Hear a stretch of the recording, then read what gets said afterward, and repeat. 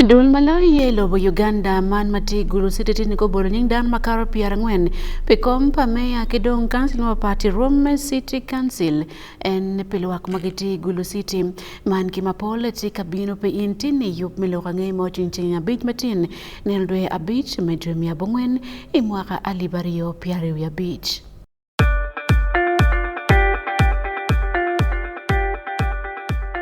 At least the one thing for now we can all agree on is the soap to use.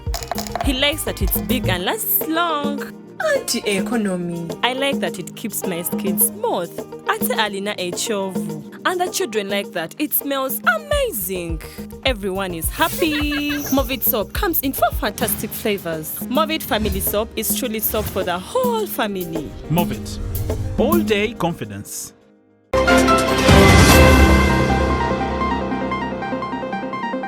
Ndano makaro pierdek ya boro ko bolo nyingi tini ikome berumea kidong councillors Roma papat Igulu City Council. This is our third day of the nomination of candidates.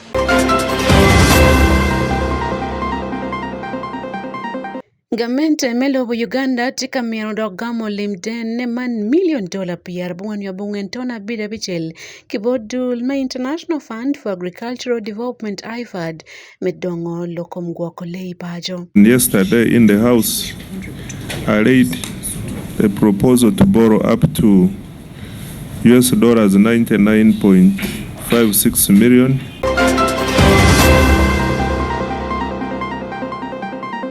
Kadong report padulme UN United Nations chimni mondano mo begalunyi lobo DR Congo gokelo awune kumkuwa padano maroma manji bilian. Report finds that gross human rights violations and violations of international humanitarian law have been committed. Amori mataka niya Sunday Akumu man yup meloka ngay mo chwin e Wan Luo television. Dano piaradek ya bordo ngetero bolo nyingi mechungiro pat pibero lukansil man kidong benle city maya megulu city ikina kacha bichi kinu chumele chen chame chelo rangeman onorong dano may wenkitero bolo waka nyingi ikin jong maguchung mebero city maya ayeti Mark Anthony Obonyo matichungta independent nyola bon party Jonathan Okelo menup kidong Julius Labeda Chiro bendika chung la bon maden papati man independent Alfredo Kwama yaniti maya pagule karaman ginti ni bibolu nyetung chawa bor midi chingtini ente kunjemo kene mauti mapolo wanen kibola George pa Wan Luo television man Ismail Jacob Jones. Yup me bolo nying dara magitika mirochung iruama patpad igamente metedero chalo city mayor councillors kidong special interest group mau chak ichia dek tie kagir ichia bij Igulu City penena dekki ikiana mecha bichil kinu chumedi cheng mechia bij no dong dana pierar dek wia boro dong kitiako moko chuma mege ikabir mapatpan ikin dana pierar dek wia boro ni dana dek no dong kutiao moko nyingi mechung meberu city mayor maikin gitia ye Mark Anthony Obonyo mapeka mako bandera papate mokiken Anthony Okelo machika mako bandera panup kidong Julius Labeda Achiro mabene peka mako bandera papate mokiken Alfredo Kwama tie mea megulu city kom karman gen tie ni bimmo ko chuma mege chawa bor medicine ka Dennis Okelo uweka Maupe kama ko bander papati mokiken gentien no bima ko chuma mege machalo city me megulu city chawa bongwen medicine Mike Juku la diet malolo kom ye megulu city waje ki Wan Luo TV kit mayup man check award kerem. This is our third day of the nomination of candidates at the city level. And, so far we have 38 candidates, among which we have 3 city mayors so far nominated. As we talk, all positions at least have candidates contesting. We are Catherine Abalo Taban, matika chumbe mako bander pa monmo tege Igulu City Council, kimoko en ichia bin. I, Mike Juko, Turning Officer Gulu City, hereby declare Abalo Catherine Taban duly nominated to contest for the position of female councillor representing older persons for Gulu City. Congratulations.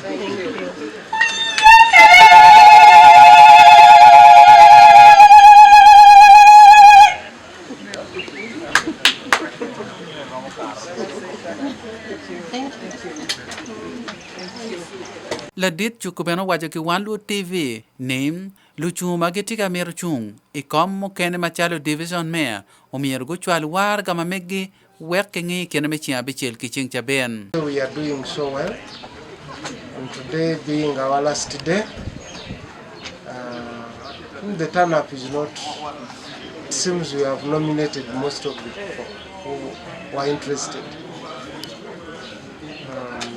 much as we expect. About 2-3 people that we have so far verified this afternoon. Then Monday we are moving down to division level.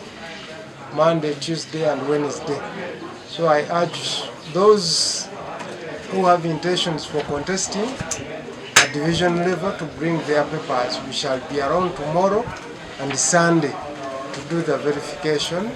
Okelo Patrick mau yuak kinying ne okelo chukare tieng ara chen mamero chung mebero division mea me ba degale bi division dog beno chware war gama mege bot dun malo lokum ye ichia bin team akelo karta mamegwa ne wa kitem kwetu ne kiramero juno bekere verification team tiga tiji ye dom beno mega tumo mampe nomination no teacher peta nyan ninda bor mi charkere ninda charkere da nyim division mayas ki councilors ma mega tuju tiga yede ne ne councilors mu ken ne ko duju ma mega ma da ko ganna am na sar won ko ma me ngara nan ko yede duju team verification sa peta eni ba ceng para ja ko yelwa metti mo nomination ma meg ko dun ma lo lokum ye beno chiko ma tekturan dan ma getika bolo nyingi me chu ni o mer gu gwake ma tektural ke timme chako chono kui ma pia dun ma lo lokum ye o mi irgi twero magen tiene bikati idema pabiar chele mwagaman kon gwadeni meno ngat mabitoro chikman ki ramongolo chuma mege wagom Ismail Jacob Jones pi Wan Luo Television Igulu City. Again machal ke melo chuma karo piara biko bolo nyingi kwa nia district la bon party mamegi ipikui matika bino ikuime mwagamanyen alibare piru bichele ikindi mokan mage bolo nyingi la bon tirte ba party makeniti Margaret Oding kidon Gregoria Dupa giti chung pebero councilor beach ma Duro sub county kidon bene councilor pelutichi council mamegi kawar ki kore gente kindan makaro piara bit mage bolo nyingi la bon party maken magenti jinga ki kui matika bino e mwagamanyen enem yup me bolo nyingi mano chake chia de kautum tine chia bikilo chuma pol magate chunda bon party maken kai por ko dama chiute party gendo chuno ne welgi pol loyo kitmo kiken Solomon Okabo keli report matoti komboling motime pelo chuma ketie ikwania district. Ochungo me karpira beach ochoye me chungi wiki kengi I district me kwania yera duong me ario piru abichiel yera me gamente metedero ikin jo amochoye me chungi wiki kengi ena ye Margaret Oding kede Gregoria Dupa akanchela me gomora duho ochoye me chungu tich Honorable Benson Okelo kede Lydia Book ochoye me chungu ngwalo ikanchela beach me kwania Atiam Docas Okelo akanchela me Northern Council amorwenyi bendera me UPC ochoye me chungi wie kene Olum Naiti Joan ochoye me chungi jo enomo ikanchela beach me kwania Apok Susan tie chungi wie kene igombole nomo Ogwang Darius Achami ochoye me chungi wie kene iyadu Town Council Joe Orech news editor me Voice of Laon ochoye me chungi wie kene igombola tong tidi Kamoi Daniel Odon achoch me Radio Unity tie chungi wie kene igombola nambiso Ogwang Darius Achami tie kinu chung amete chungi wigi kengi chalo buluwa pol tia me pe onuo gi norma tia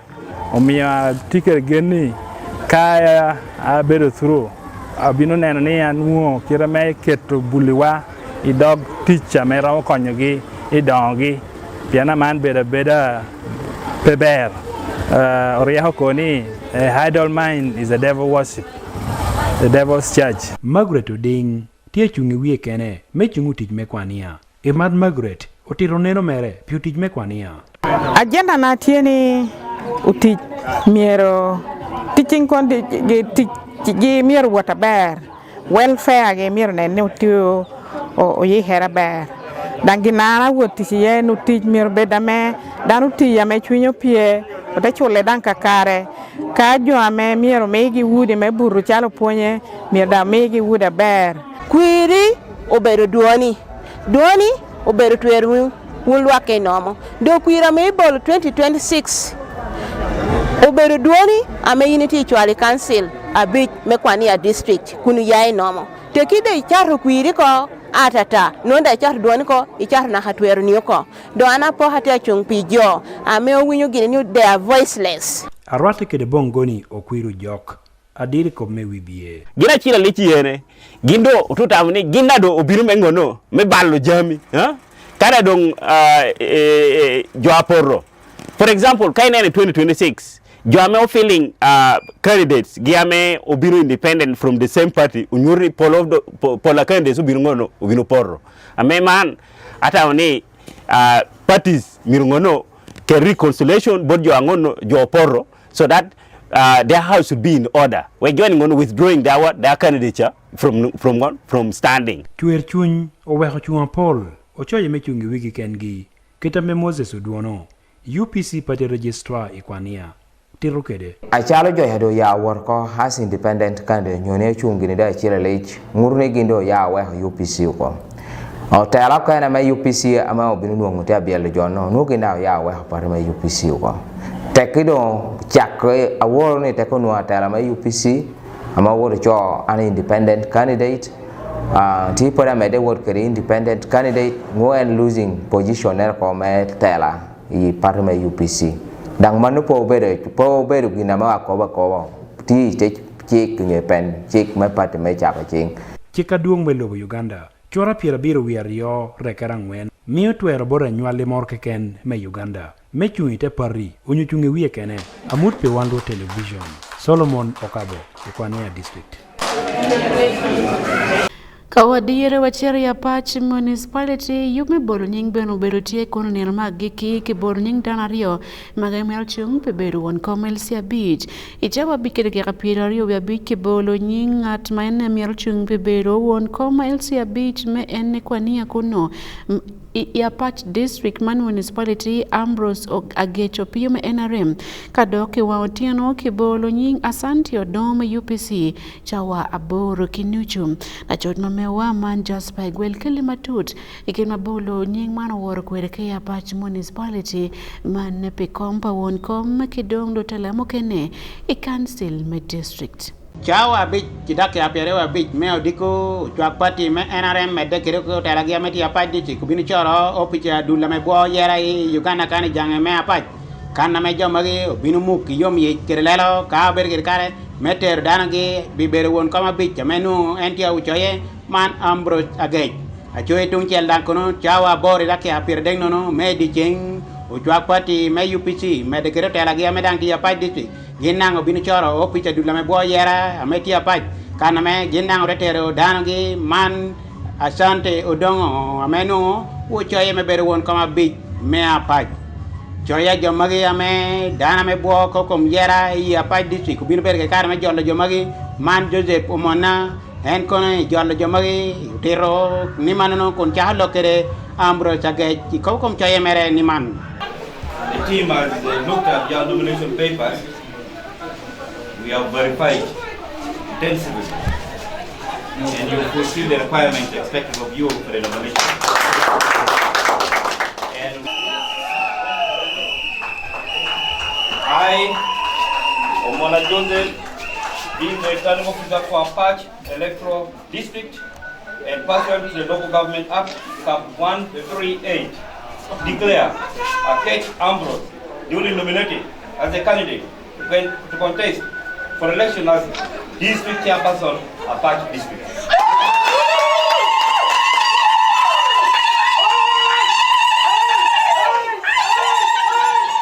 Ambrose Agej me kono dong binu ber kare metie ko choye mer ko chala bangata ma chung pi ber won kama bich me Apach en kono lo kere cho amuti yongen ni ber kare metie ko me choye mere en otir tien ko bango mi ber kare me moko tama ber won kama bich me Apach. One, I've seen that we still lack a lot in Apach district as far as service delivery is concerned.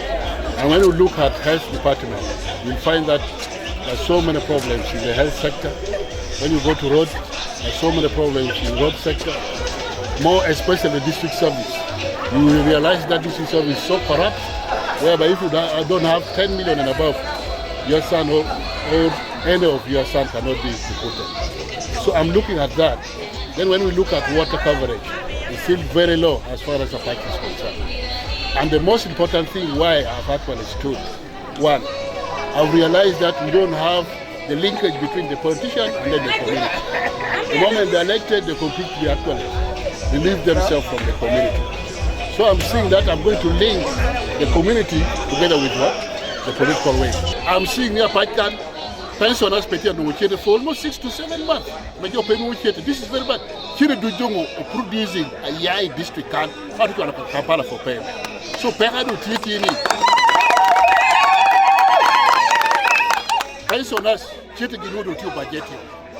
Salary, Joma Paino, do you carry many the Parabik? I don't know. Salary, Chudo district can how to Kampala. Ganderoniti wow, dangia berang siate, kaya no shung apai adong. Midap akwa wang ma pai, ni wangi nen muna nyim to nen muna pati. Yo tu balle jom tu balla pol, amita kuo ni mi muna ke jambo si. Acho itu bot asante odonga medang koni kom karman. En tio ko bani mane tidong tiana mario men ber won kama biñ ma paj. En nango tir tien ko bango mi e ber ke kare. Même ko tama me do hele tiana mario. Me así que es fin romo. Amangi ko ni jamina tushu kame temo tama chela ken me 5 years. Pero ma. Gena ma gel o chahoti e be pere wa ber me do wa bi. Are pero wa chel. Ega budget no por pero ma o kai bo. Mega moro por peye. Ara ja ko dong tijatira te area pero wa ni ho. Ara ja ko dogola. E lobby. Ina kida pachwati kere. Pas pot petit que dans le bas tech toi nous avons du con yi cancer que doko hop ko tujagamente ko sha do tujagamente no ginari tiri no inda de tinyo ko ginari tiri no riemo ko so de no pe kere no tike luoro no mi agini tonge doare tonga wano kere gido ako eto at least I try my best men and me o try to go much help e ko tujagamente metti tujate tu meya que do hop ko de hero ni at least pasha don ka tinu nu ber ko tinu ni ko cha he cancer go yo do la ma go cha dushu yo ko ni ka do economy te mo o ya era jo chwala konyo so no nguru ne gina ko ni we adu ga chu ko na no bien do la ma go ni anya ku nyige ayi u por ye chare do jo ko na mi ya ko rati mo apeti ye tamire e no paro apeti ja fa season bien corona binu balo mo bien du so don la dia de no por pe ko ma ba no por ke ko do la e ko mi ko ni an kena anang yo kana we ye kana me don no ago ko do la no el mi la duogi ala la bu do mo ame etamba bino di ere go de mavaras de rio wa e wona no na be di man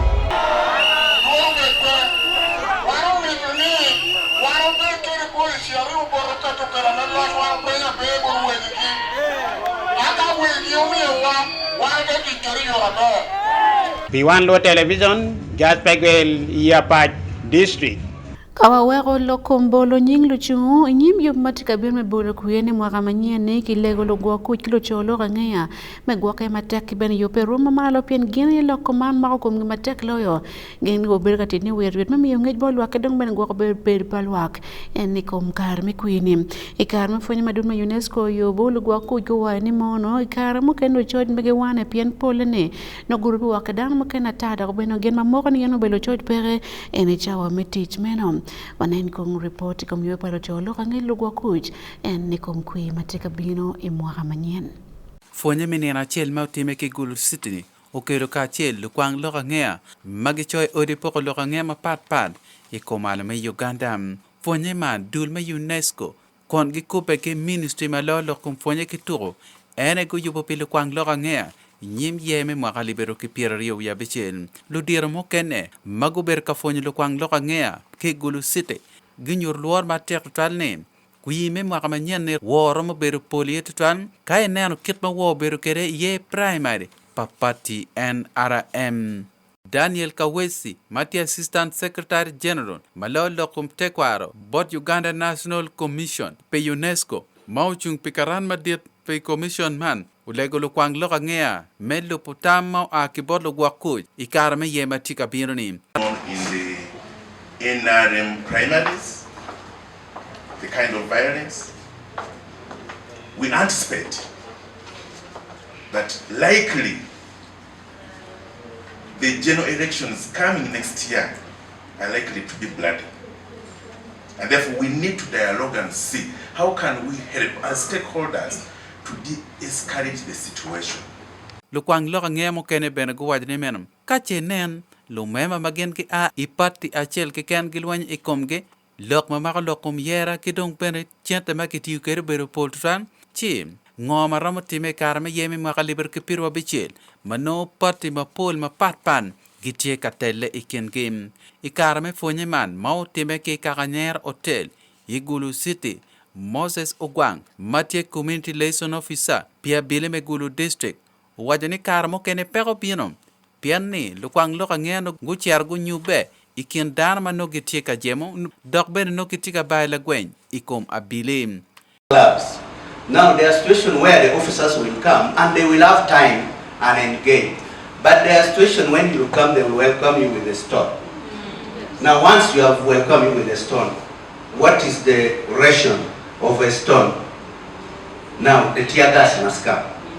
Now it might get you, the journalist, within that what? Crowd. It is not that they intended to throw at you because you are even few. But because the situation and one is even to save you. Kitung che luwa kuj bena gu kwero lok makatini ikarme potor karmo kene dar mano kichwal gi katimo potoro giruko bomba no nyingi petie ye wego nyang tek total ikom ngat mano ono lo kwang loka ngea ikarme jemom Lieutenant Hassan Karunji Mathieu political commissar pedul mon division mangwen Mathieu Gulu City otiero kilo kwang loka ngea kachu padul mon ikarme ye Mathieu kabirnin Environment assessment, it is very important. When you want to do your work properly, other things can come in. Okay? Situation changes.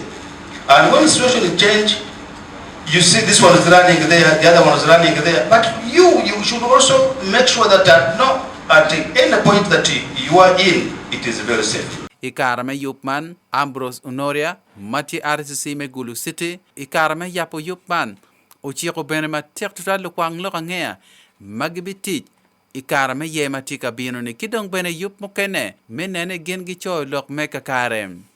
If somebody has paid you to keep quiet, it's a different issue. But if somebody is giving you money to appreciate, I think that you needed to have told the person, thank you.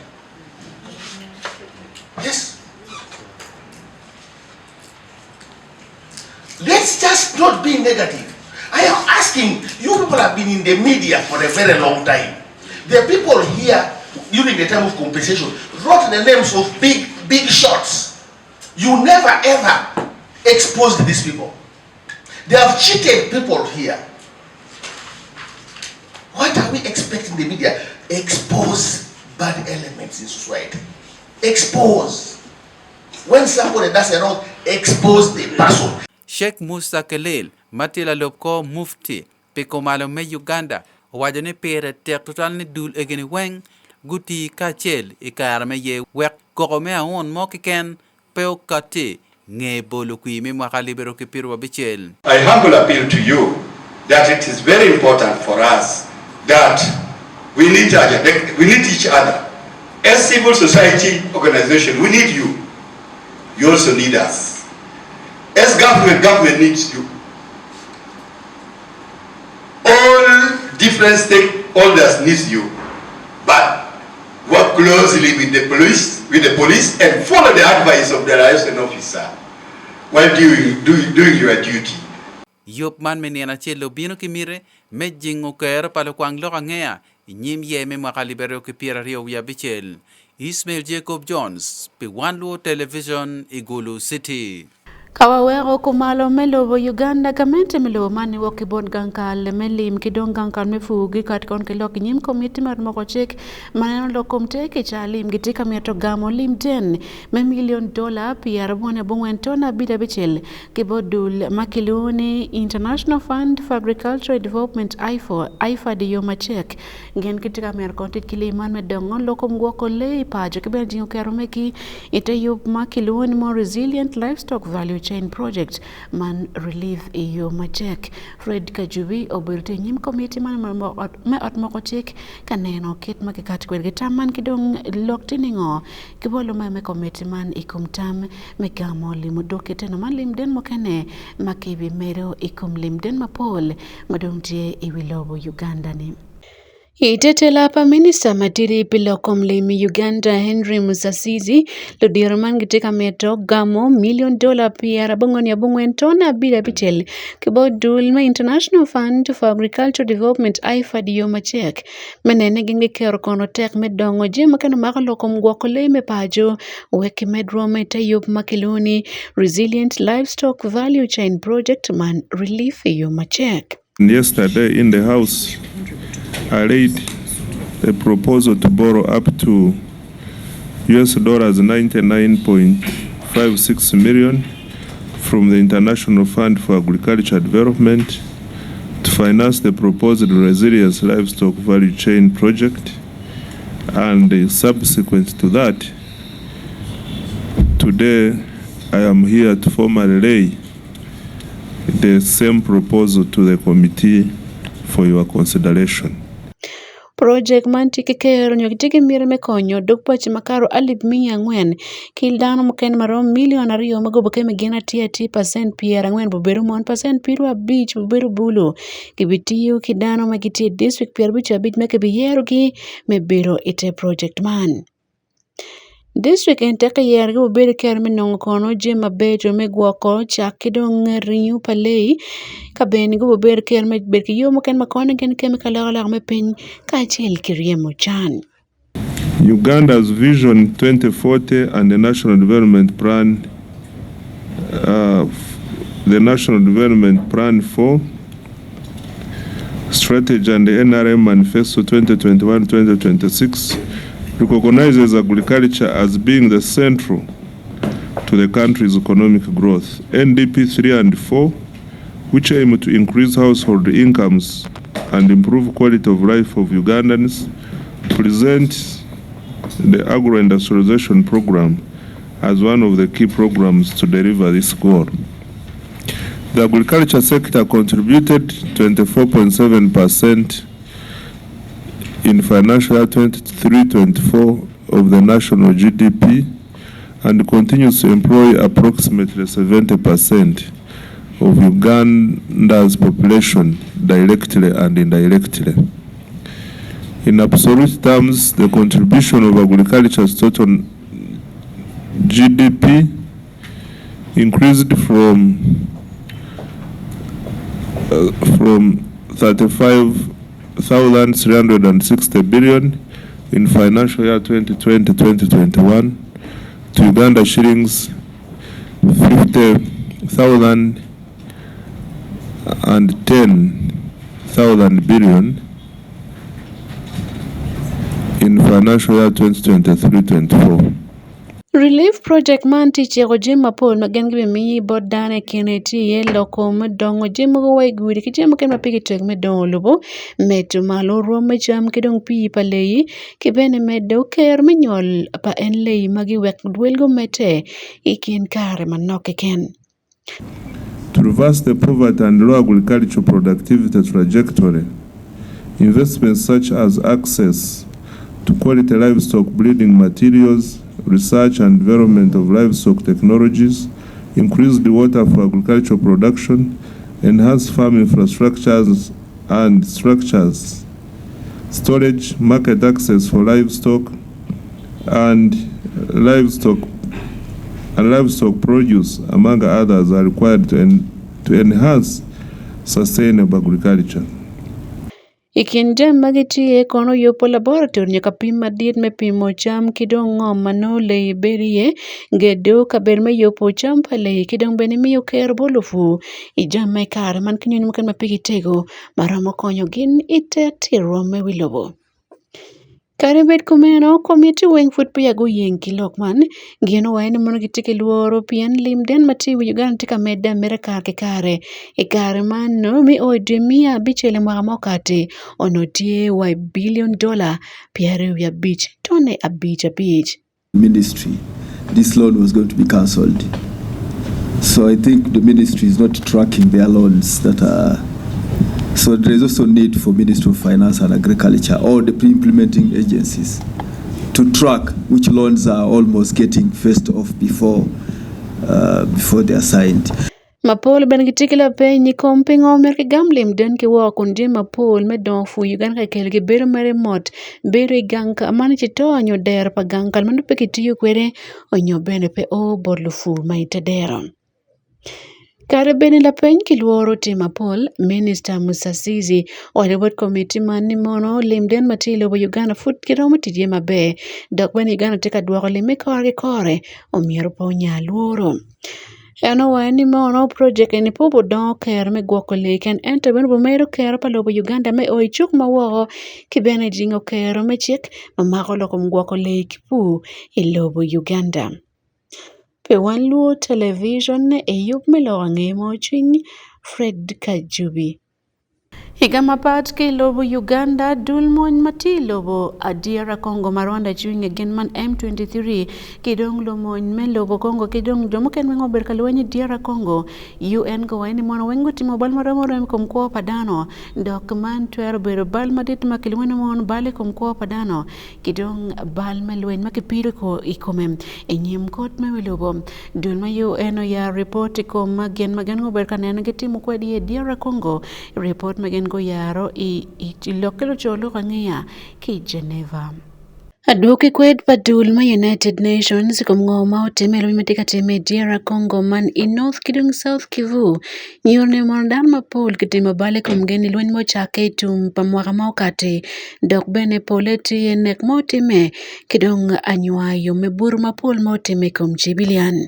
Report finds that gross human rights violations and violations of international humanitarian law have been committed by all parties to the conflict, by the M23, supported by the Rwanda Defense Forces, as well as by the Congolese armed forces and affiliated armed groups. Daily violations across the entirety of the territory under the M23's control followed discernible, recurring patterns indicating a high degree of organization, planning, and resource mobilization. Aduke kwed man nyurni mono bal machol dok malik ko berkatime kum dan kinywaro tuwer kadang bana tim gen mapol berkatime dok man oberka yung bodan wang bagitil wen man omar yagikne tuwero berni mono man do bero bal melwen kachil ki bal ikom ko padano malupik report by UN. We have reasonable grounds to believe that the M23 members may have committed the crimes against humanity of murder, severe deprivation of liberty, torture, rape and sexual slavery, enforced disappearance, and deportation or forcible transfer of population. Konyao me DRC tika birmautan loborwana dokban tikilon mengo mapole ye luen tikun mapole luen mapate kun kimuduge chingi dok pole dong tim gerti ya mateko twal pimwaka piara dek mo karangej. Nijaga mago chake dak ronyo dojo itumpa mwaka ali beripiru wachele dul adwime M23 kukwanyi lod mengo mapol makono tika tene kilo Rwanda madron tika konyo kogin chike lo bene bal mapoli kumkuo padano kidong pere mapol madano tike mekwere en ikunyao me DR Congo kuno. Koko muken madid dawo chake ya chakma maramani karam M23 kukwane wakolot meka ber mapole kine tioberiye goma kidong Bukavu mageno kerdong tika ber milot mameke giente lagi maditi ye kuno tim mapoke lo bene kue chwin modal mapol ento on paremo. Gamente melobo Kongo kidong lumony kidong gamente melobo rane ko karo chingi joko gwenye kimach idwe mia bichel kama bene gamente me Kongo wani mono gibi nene mono dongi tika neno ken me chopo wat giki M23 dwe mia biro doko me odong joko gwenye kimach omiero betie matwal pedong gwenye kimach obeti kigien weke lwen man oya gikine. Ento kare bet komeno ko vuti mapol bod dano magitie en nikunyao me DR Congo. Report man manyien ni komtuo padanti kamede ento Congo kidong Rwanda wengi waini mono omiyor gichak neno gin mo metimene me joko tuo padano kono giworo chik me wilobo dok bene dwekene ni gijuko wako lweny onyokonyo kolu mony matichi ngien magen gimiyo bot gijame lwenyi malupe en ki report meno.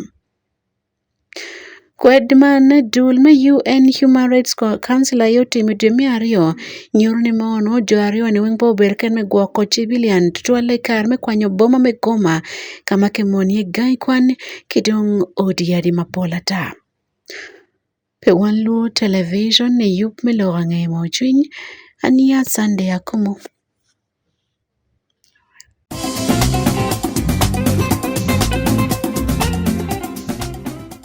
Elogangea mamago biachara kiminyo tambo joma kiminyo limden me funyo kong lokasto magi lokom yomo pore medit kilim kimen kitmanya elim waka dukene onen lokmano ka tikibot la dit maloyo lokom makuch mama en bitila wang president Yoweri Museveni Gulu City Amro Sonoria eno waini molo milim den meru bet kerma miyo funyo maromo wek bena dukelim magen miyo bot lugam limden onyak nyige ka bena gen gunong lim kidwok chen ni wokelima igamo we limden ikin pajo atirane bot biachara matino kidong biachara maladiere Jonisani uchaga John Kelly report mo bero joge ikom lugangea biachara itika nene ki yup me lugangea mo chwiny kany e Wan Luo television.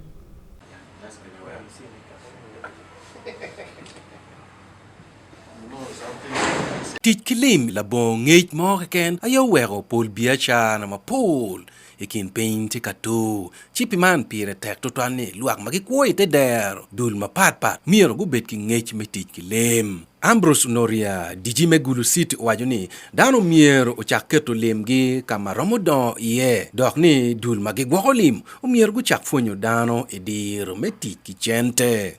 Invest where you will always see something coming out.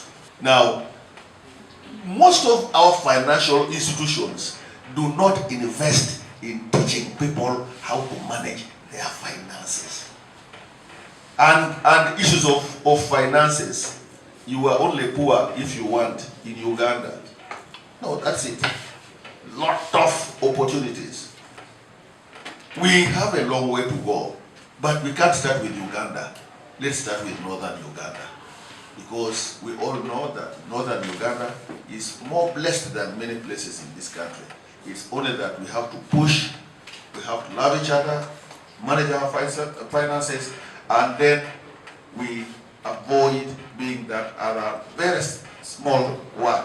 We avoid being called idiots. David Moses Opero, branch manager me Centenary Bank, igulu wajoni, dongi chako fonyo dul mapat ingech me teach kilem, dogi tie, kanyako nyige. We are working with so many groups, and these groups formed as VSLS, SACCOs. There is a very big platform that we can use to disseminate information about financial literacy. Lastly, we have programs of empowerment for women and youth.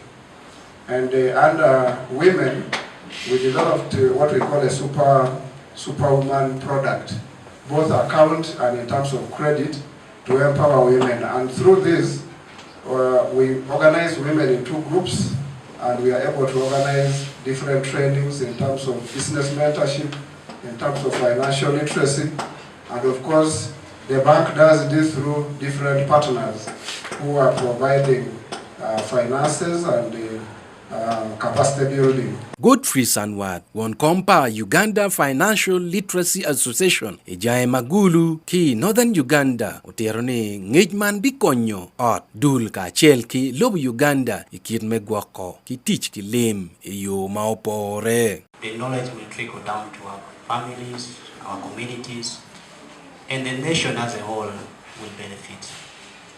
We all know that in the Uganda Vision 2040, financial inclusion is very, very key as a strategy. But how shall we achieve that as a nation? Or how shall we, as citizens of this beautiful country, contribute to achieving the vision which the government has designed for us all?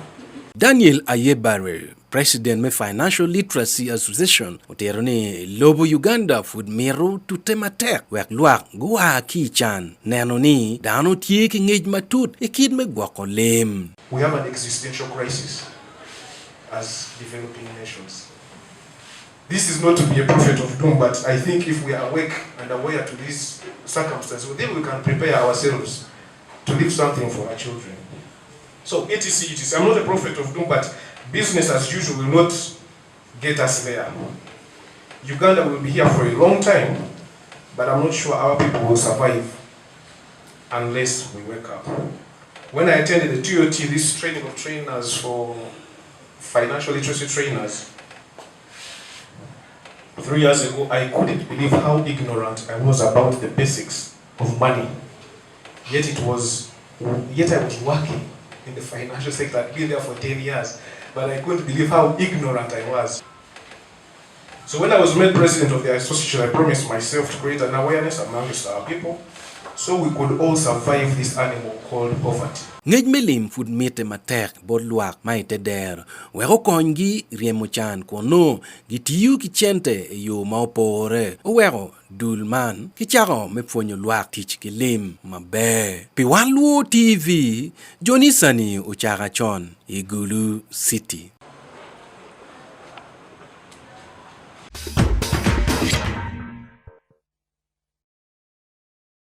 Welcome to Club Pamon Maki Yamuro Man Pabo United Women Football Club tika korong yapo wako season manyen meturo genongo yubuluto mapol matiko wako pima meki kama junior mokidi la fonto kwa club mano waene man poluto kama meki dongo du wake yueyo giti atara mechako turo Iroma Malo Kitma David Magere kele kwede report lokom turo. Machalo yu achel me yope matek total kadong kare me turo me season yo mwaka turo ali bari kipiru beach ali bari kipiru bichiel tika nyero chok ipiem turo pamon mani gwe dilme nambari maloy Uganda magiluoni Fufa Women Allied League kono team me Pabo United Women Football Club man team achel ken ma agi Pabo Town Council ya Moro District dongo cha akotemu fonye mogo me koro season man gen gu mogo bod Wan Luo TV ichi angwen ni cha akofonye meno man wego yobgi me makeke team mogo me ko maleme Uganda tutwali lobacholi magen gi bituro kwedgi turo meni yabo nyo turo ma cheki mapia gwech me Fufa Women Allied League o meta nyim enoni junior mukidi matingat mafonyo turo club meno kono tiro mogo dans le man ki Wan Luo TV ni meno gen ge cha akofonye don tabiet maroma chela ngech kon gi timo je mukene machalo royo leo nyo fitness stretches jogging nyo ngwej mogo machego chego ikin fony mukene malu der maktika mi fony bora nyira meno itika timone between the players and then the technical team. Because one year I take the technical team, my football team. So at least the little ones in a way, you know, the always girls football. We are playing with you, know. And also to check on how we are doing. Let's go together, we take the players and then the management team, the coaches, and then the CEO, we went and have some little fun. The next one and the management team. Technical con team will get future prospects ne go meeting one of your rival teams Shala Musgi nyo mukene magito in the Allied League where for a friendly more before a new season starts your domestically girls school team mo kanye ko malo nyo nini those plans tie nyo nini. Okay, we're keeping friends, but friends is not in plan, but we don't put it in domestically, but you are around because then we also is in football. That way sharpness and friends is there. And the fact meeting your DNA shows to reliable source of funding. But Africa, you are also where at least the external friends we don't say what care of people program of food, but we believe what we know achieve more So that also to help boost and then check where we are left. Malupe ki lok pa mukidi kona eno waji kama leng ni mero kari beti gitigi lutuku piari wa bero I kam gi kum kari man ki nuka eno lutuku maroma dek mafutge welo nyen mapole no gituri South Sudan guti dok ware lobogi kamio kony mo mio gen pekitika timo training nyo fonye meno mage biarne kine mecha biara cherke ken no gudugo chien ino la DR man kono bero moko ni meno don kum kari man lutuku maroma piari wa rio me oi pirwe wa ngwene ken ene gitika timo fonye kin wodgi kama gitamoni pia tekto twalo mergen no guchak fonye go we go gwok gi maber twal pe ko automatika bino do kin team magi betu ne itu melo rem new pre-season man gi bu mo team adek ikin mukene magi tamono mergi kel no gitu kwet gi maikin ga yetie Elephant Queens Menwa district kono the Blue Areas matie team aki kanicha magi luoni watoto church kachiel ki gulu high school man team panier matugo I gulu high school senior mati gulu city magen ge tamoni dong gichao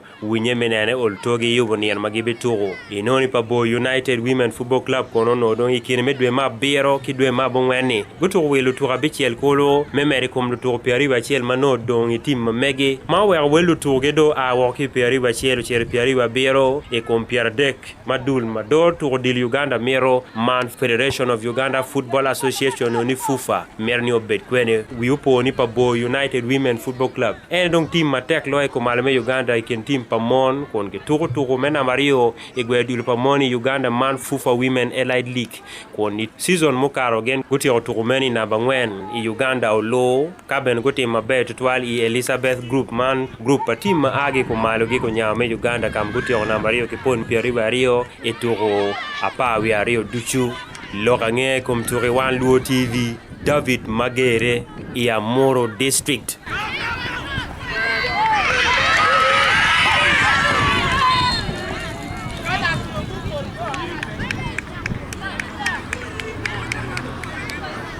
Agare wa oya giki pa yup milo kange mo jui nyetini chia biki dong men pechabit manolo wa make chabit manyen kilo kange manyen cheng baraja ania sande Akumu tum chabito ben mabe ofwe tutual neno Wan Luo TV.